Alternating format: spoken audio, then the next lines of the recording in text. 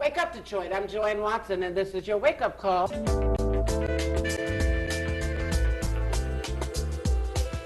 When a brown girl child is born, the earth shifts. The sun is at half-mast. The moon waits for her first cry. The ancestors set the table. The flowers turn red as blood. This is your land. Wake up, Detroit. I'm Joanne Watson. This is the day the Lord has made. We do rejoice and we're glad in it. I don't know about you, but I can't let a day go by without praising His name. We praise God from whom all blessings flow. We know it is God who made us and not we ourselves. So blessed to have a wonderful young man in the movement, one of the leaders in protecting education for our children. Our brother Kamau Keperu is here, and he's going to give us a report on a meeting that was held recently and also talk about what's coming up on the educational front. We thank God for our brother Kamau. Thank you for being a part of Wake Up Detroit. Thank you, Mama. Thanks for having us again. We was here maybe about a month ago. Yes. And we was telling you about the event we was having at the Shrine of the Black Madonna Church on Linwood. Let me just give some context, a reminder. Yes. Back in December, we took a group of parent leaders to Pittsburgh, Pennsylvania, My. to attend the presidential candidate forum. Yes. And after they attended the forum, they had the assignment to come back to report to our beloved Detroit community. And that's a wonderful thing to do. Correct. You know, because sometimes Correct. we don't really provide a feedback. That's it. And that's what the beauty of it. Instead of just going on a trip. Right. I think we caught them off guard and shocked them a little bit. Come on, somebody. But when we had the conversation about the work, they accepted it. So this past Saturday, February the 1st, we had the actual event, and the event was divided into two parts. Okay. One event was the report back from the participants that went. Yes. The second part was what we call a listening project, and I'll go more into that in a minute. Yes. The first part, now, I think about 10 participants went to the trip, maybe more, but 3 did the presentation at the shrine. Good. Now, the other ones did help pull the event together, but we Good. had 3 of the leaders that ended up speaking, and we had video presentations or clippings from the actual event. The first part of the event, I think we had about 10 to 15 people in the crowd. Okay. But as you know, more people began to come in. Good. And the participants that went really went through and answered or gave a report on what happened, and they used the clips as support. Excellent.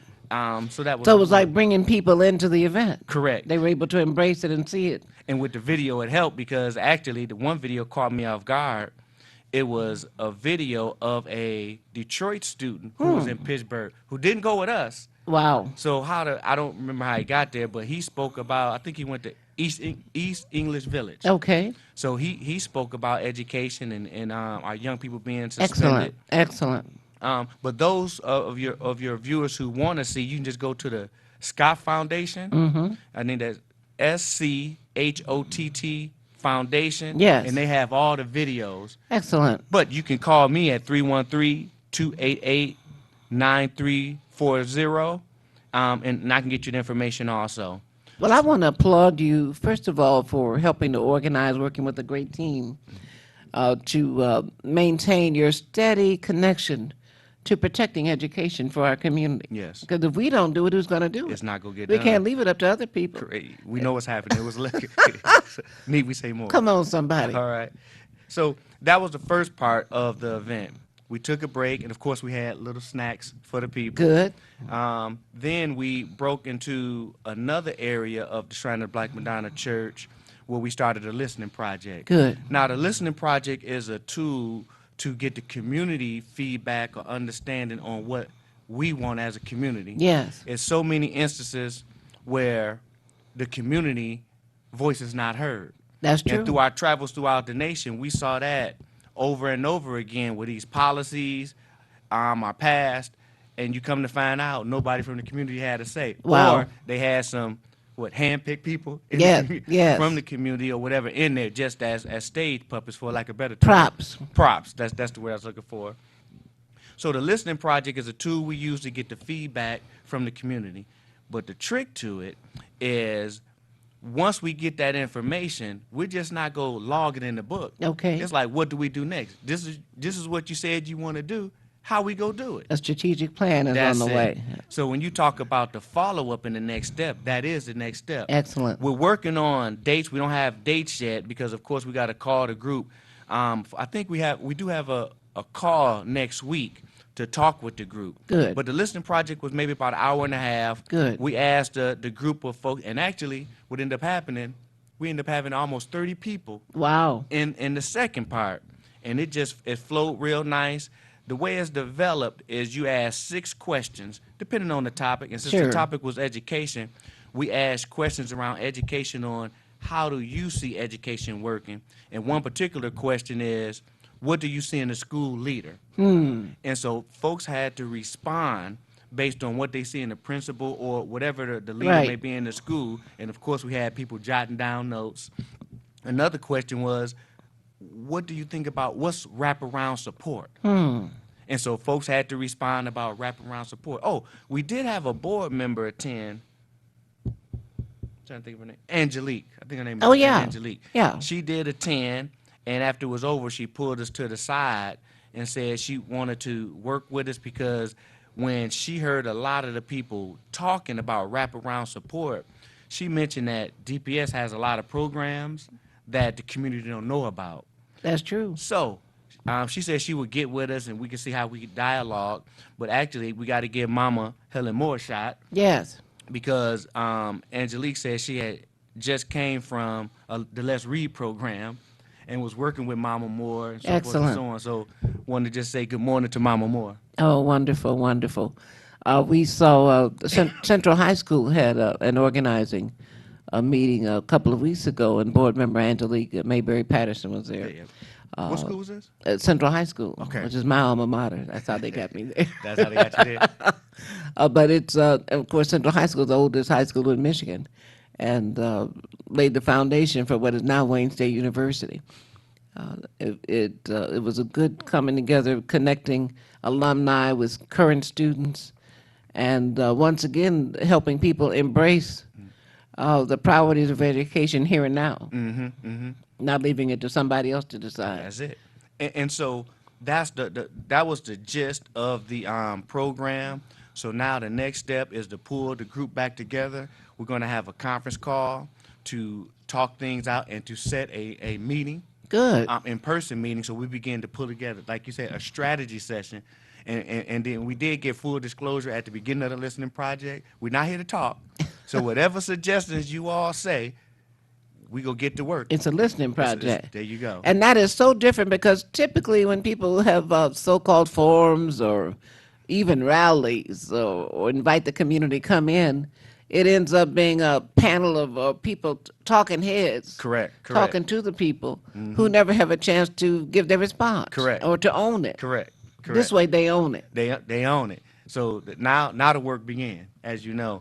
So once we have this conference call, we're going to lay out the plan and the structure, and then of course we'll love to come back and just give you an update. Yes. But if folks want to again contact me directly, you can contact me at 313-288-9340 or email us at Detroit.nlc. That's Nancy Larry Charlie at gmail.com. Again, that's Detroit.nlc, Nancy Larry Charlie at gmail.com for more information.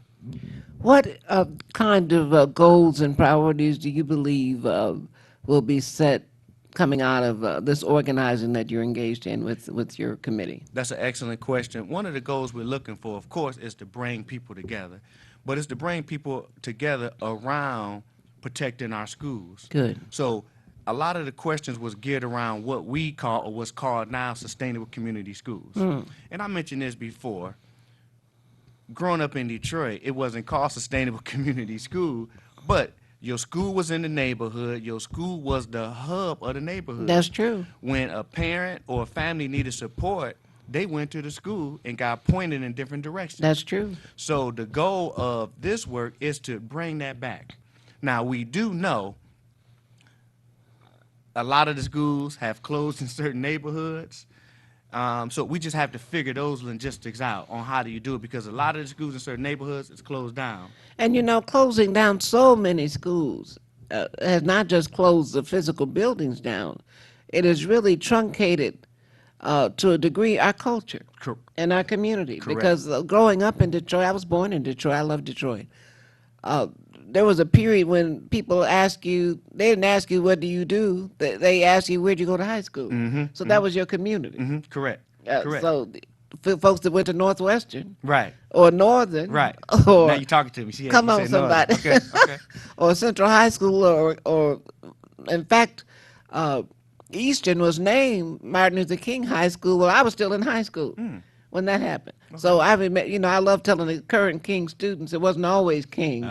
Some folks fought for that. But the identification of people in the community was often based on what school you go to or went to. Correct. Correct. So that some of that has been taken away with so many schools closing. And that's the point of the work. I mean, that's an excellent question you asked. How do we get back to that? Because again, I told the story last time I was here. Oh, and I didn't say this part. You know Dr. Robert Bland. I do. What I didn't know is when He's a genius. when my He's grandma magnificent. was at Hutchinson Middle School, Dr. Bland. Now again, I'm young. Yes. I'm in middle school. Yes. I didn't know this till years later when I worked at Lewis College of Business. My. Bland mentioned about working at Hutchinson Middle School Yes. with my grandma. My. And so I say that to say, I grew up 12th Pingree area, and it was Sanders Elementary School, Yes. Hutchins Middle School, Yes. and we had a choice to either go to Central, Murray Wright, or Northern. Come on, Of somebody. course, my mama, my daddy, my uncles, they all went to Northern. So you went to I Northern. went to Northern. Come on, somebody. Yeah. So the concept of this work is to how do we build a community hub Yes. to support, and I'm trying to think of the word they call it, where you build the community in such a way where the kids can go from kindergarten all the way to 12th grade. Right. Feeder school. Right. A feeder school That's community. right. That's right. That's the goal. Now, we know that's a little rambunctious, but it's real because Yeah. we've had it before That we did have it, and it worked. with no problem. Yeah, I'm the oldest of 10. So after I graduated from Central High School, my 9 siblings all went to Central High School. And they, so the family had a lore by the time the last one came through, because so many had walked that. So it's good to have a connection. No, so that's the goal. Now, I'll go through, now, again, it's called Sustainable Community Schools, but again, I'm going to say some of the terms. You all will be familiar with it, so we don't want to think it's new. It's just bringing back to what we already know. Go ahead. One point or pillar of Sustainable Community School is support for our teachers, and particularly black teachers. That's right. Because we know, black and brown teachers. That's right. Because we know with this so-called takeover of public education, the teachers really, now, not to negate the students. Right. Our students have been harmed, but the educators have been harmed the most. They have been. With pay, their pay getting reduced, dealing with over 30 kids in the room. Matter of fact, in the listening project, I think one of the participants brought that up. Someone said 17 kids in the room. Somebody said, well, no, what about 30? You can't get your job done with that many young people in the room. So one pillar is support for teachers. Another pillar is, I spoke, wraparound support. Another point is inclusive parent and community engagement in the school. And that's what needs to happen. Too often, somebody has made a terrible decision to invest in contracting with some outside sources who are paid millions to be dropped into schools in Detroit, people from Pittsburgh and Rhode Island who have no background with urban, No sensitivity no to the connection to community. Detroit, Correct. who are not who look down on Detroit as some kind of pathology, and never are inured to our culture. Correct. And you can't pay people to come in here and tell us what to do. And not at all. It doesn't does not work. It don't work. And so those are some of the pillars, but let me tell you how we structured our program. We're building this next step to get people involved, and this is what we did a few years ago. We got what you call the Sustainable Community School Study Tour. Good. And what we do, of course, once we get a good core group of people, we take trips to people that's already doing it because we know sometimes people need a working example. When we can do a lot of talking, but people need that image to see is done and being done right When you now. see it in action. When you see it in action. So a few years ago, we took a group of parents to Cincinnati.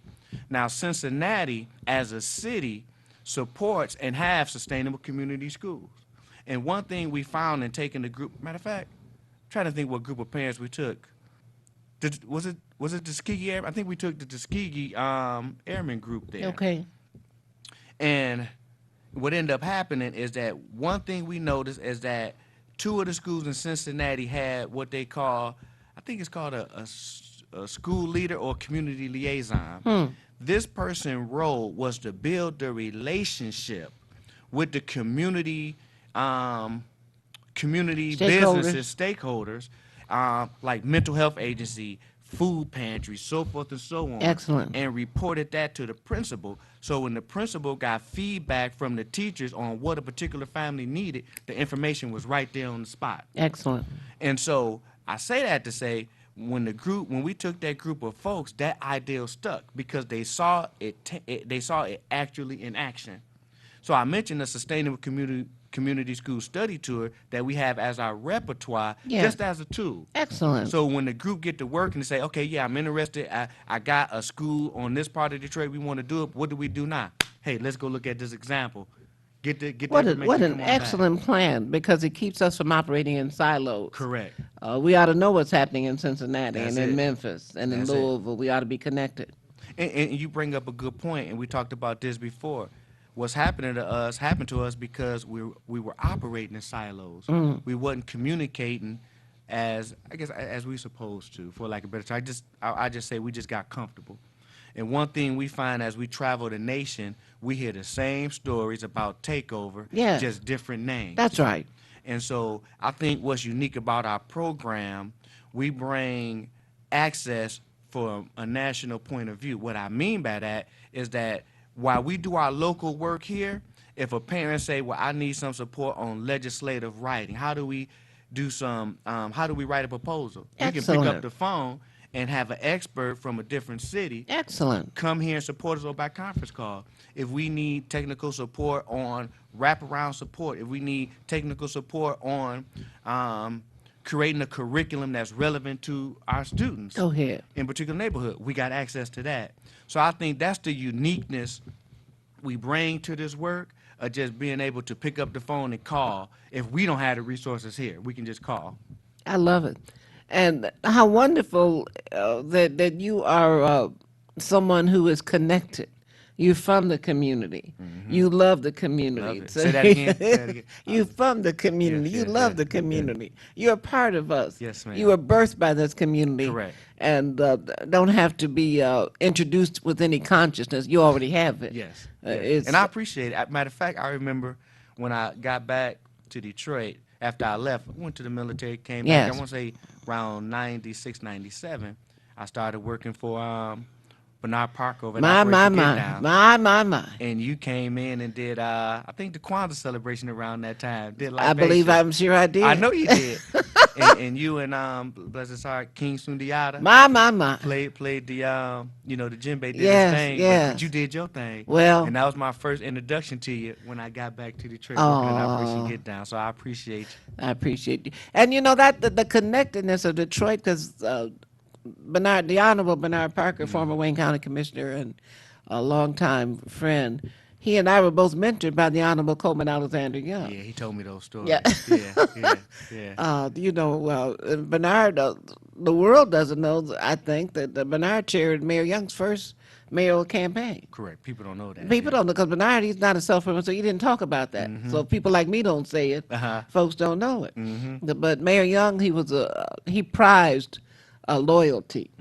I had he was hear that. he prized, so he valued that and rewarded folks who were loyal. So I was very blessed to have been mentored by the Honorable Coleman. I don't let folks talk negatively about Mayor Young today. I just don't. No, thank you. No, he deserves respect. He was the best mayor not only this city, I think the best mayor America's ever had, because he took care of his constituents. He knew how to use power. When he helped President Jimmy Carter get the presidency, using the weight of his far-flung influence in southeastern Michigan. After Carter got in, the next thing you know, Bernadine Denning from Detroit was named the director of revenue sharing in the Treasury Department for the United States. And two men out of Mayor Young's administration were in the cabinet. That's how you use power. See, folks don't even understand, what we had. And see, what I appreciate about what you're saying, because I remember Bernard, Honorable Bernard Parker, talking to me about these stories, but being in the community, I'm hearing these same stories in different avenues. Right. But the thing behind that is the community. That's it. When Mayor Young appointed me once to, he said the police had seized $1 million in drug forfeiture from drug raids around the city. And he had an idea. He said, Joanne, let's take this $1 million of police, instead of having them sit in a vault in the police department with somebody who knows what may happen to it sitting in a vault. Right. Take that money and send it right back out to the community in the same neighborhoods where drug activity was going on. Let's send the money to churches and small grassroots organizations who can make miracles happen with Correct. drug prevention. And see, and that's the beauty. And he pointed and he said, now, Joanne, as you and Adam Shakur and others, you give Operation Get Down and Inner City Subcenter the first piece of that. And he was, straight no chaser. He said, I know they can do it. And then y'all come and give some to, Ebenezer AME over on Grand River in Chicago, and churches who already have an infrastructure and who have volunteers who won't just be trying to get paid. Right. We want programming to go on so that young people will not be introduced to drug activity in these key neighborhoods. The same places where the drug houses were torn down, we want some drug prevention to be going on. That's how we're going to use this $1 million. And leadership, vision. Correct. The police said, no, Mr. Mayor, we don't want you doing that because we're going to use that for bulletproof vests. He said, that's already in the budget. I'm the mayor. Right. Now, that leads to, when you ask the question, that's the goal of this work. How do we get back where the community was strong? Because Coleman Young couldn't do what he was able to do without the strong community. Come on, with somebody. having people in place to make it happen. That's the goal. And Yeah. I don't want to get too much. That's it. But you and your committee, you all have a fire in you that I love. And you young men, Yeah. I love it. How wonderful for you to just put on that cloak, that armor of we got this. But we got examples. So we got examples. And you understand. Oh, bless your heart. Okay. Need we say more? Well, if someone would like to donate or support or maybe attend a meeting, can they call you? Yeah, please. Or email you? Call me at 313-288-9340, or you can email us at detroit.nlc, that's Nancy Larry Charlie at gmail.com. But also, I know we're welcome back here. As we get a date, I'll make sure Mama Watson get Yeah. the information. Because we're serious about this, and we just want to continue to work, and we need all support. Yes. And there's a space for everybody. Yes. You may not be able to come to a meeting, but can you make phone calls? Can you send emails? You may be able to make a donation. That's it. You may have wanted to connect with somebody really doing something, not just talking about it. Correct. But really doing something. You heard about it, the trips they've been taking to around the nation, so they can witness certain programs and process with the community volunteers. Those kind of trips take money. Correct. They take resources. Correct. So somebody who may want to give $500 or $1,000 or more, this is a place to consider investing. And we would appreciate it, because you just said something, Mama, that was interesting. The group we took to Pittsburgh, once they got to Pittsburgh and saw other groups from around the nation doing the same work, Wow. that lit a fire. Because now you don't feel alone. That's right. Because it's easy to feel alone that you just out here doing the work and you don't have other people working it. That's right. But when they saw other folks, that really lit a fire. So when you ask about that, that's what keeps us going. Excellent. Because we know we got support. Now, how are you being supported by the leadership of Detroit Public Schools District? Now, have you had a chance to share what you've done with Dr. Nikolai Viti, the No. superintendent? Oh, No. Well, he needs to know. Yes, he do. This is too much work. You all have invested not to have at least an audience with him because you're helping to provide an infrastructure, strengthen the infrastructure for the school system through the community, bottom up. I think that's a good point. I know with the board member attending, she didn't say that directly, but she said, and I'll keep you posted on it. What she said is that there's a lot of programs that the community don't know about, and so when we have this conference call, she said she would be on it and would have that information. And so we talked about the Let's Read program, but say that's already rolling. We said, what I told her is, what's another gap Right. that we can fill in? So she's supposed to come back with that information. Okay. And hopefully it go that far. But if it don't, I'll be sure to get you involved to see how maybe we can parlay something like that. Well, I just hope that the work you're doing is not only going to be connecting people at the community and grassroots level, but quite frankly, there would be no Detroit Public School that were not for the community. Correct. Not at all. You know, I happen to be in a community meeting when someone was trying to make some statements about activists and people that now Mother Moore was not in the room, but unfortunately for this person, I was in the room. No, we just don't need folks acting out and blah blah blah blah blah.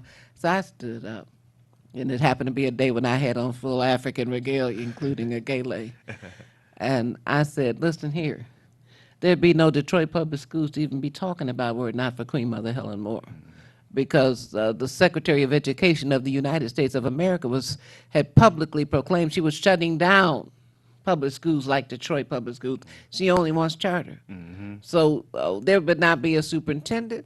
There would not be an elected board if there were not organizers, activists, people who are in love with public education and our children. So you better recognize, and you can't say anything negative about our long-term veterans who've done their work. So that don't follow after the racist press. And still, and see, when you talk about Mama Helen Moore, I'm not having still it. doing the work. I'm not having it. She's over 80, still doing it. And folks who want to see just a part of her work, Mama Watson just brought it up. You can go to YouTube and type in the Bessie DeVos hearing. That's right. And on there, you will see where Detroit, we got a busload. Matter of fact, we organized that trip all together. I loved it. And Mama Moore and the group that went, when they got to D.C. doing that hearing, you could hear the story on what these folks did in D.C.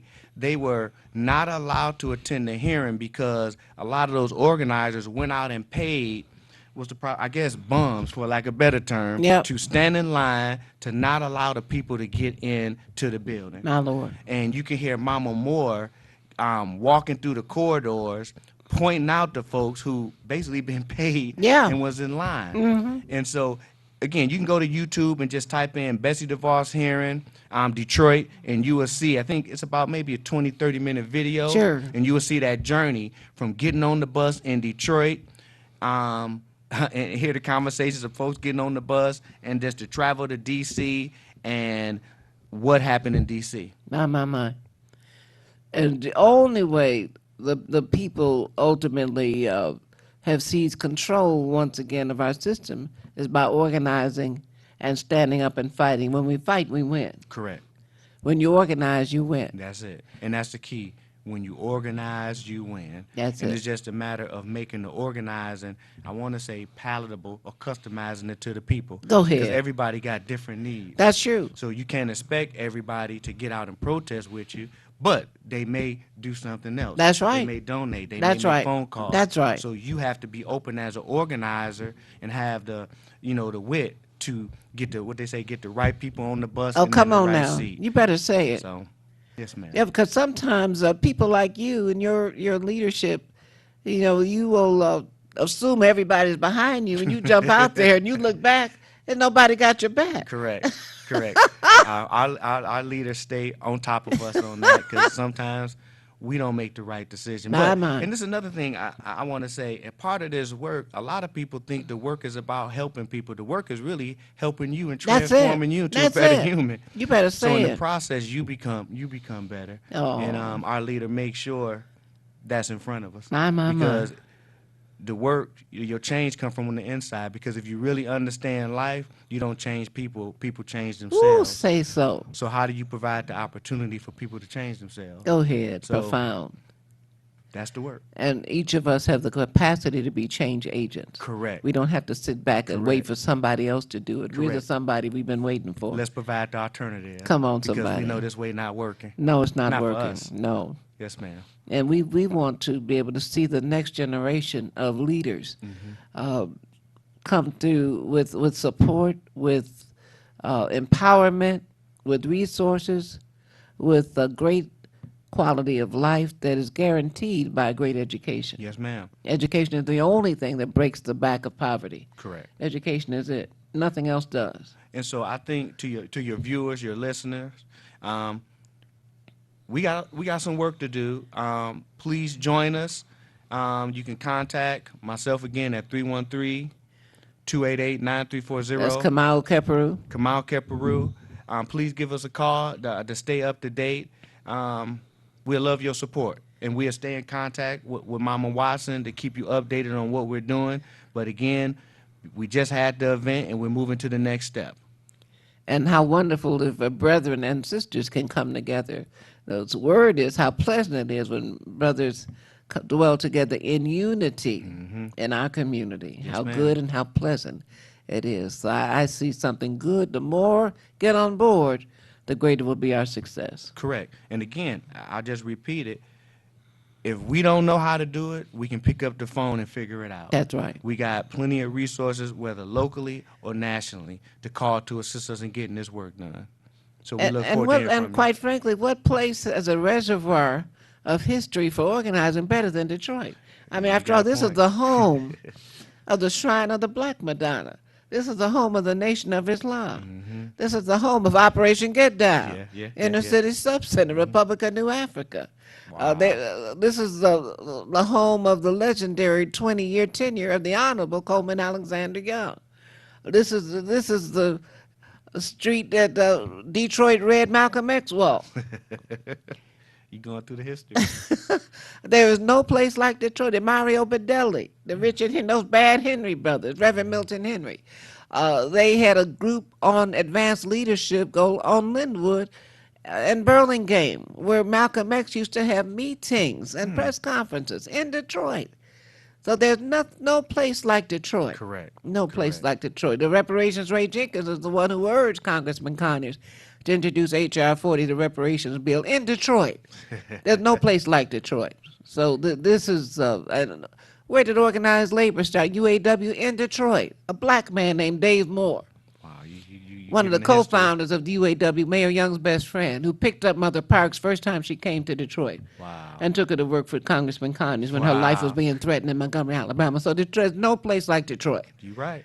You No right. place like that. Detroit is the epicenter of organizing, of moving to the next level of ownership, empowerment. Can't come behind that. So we have in every household somebody has said solidarity forever. Somebody has said freedom now. Somebody has been marched with Dr. King in '63 down Woodward, that led by Reverend Dr. C.L. Franklin, Aretha's father.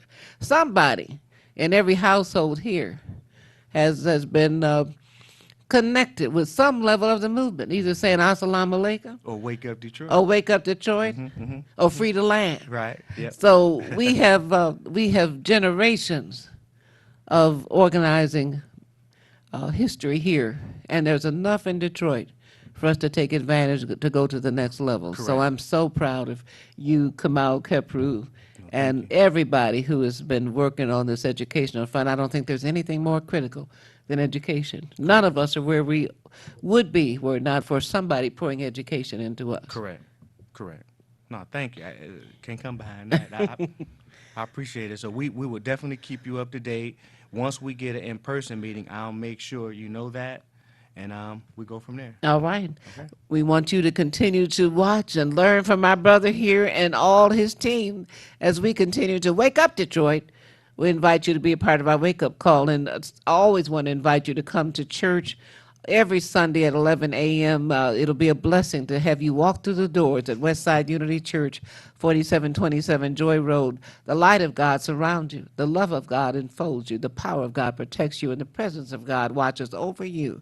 Wherever you are, God is, and all is well. Amen.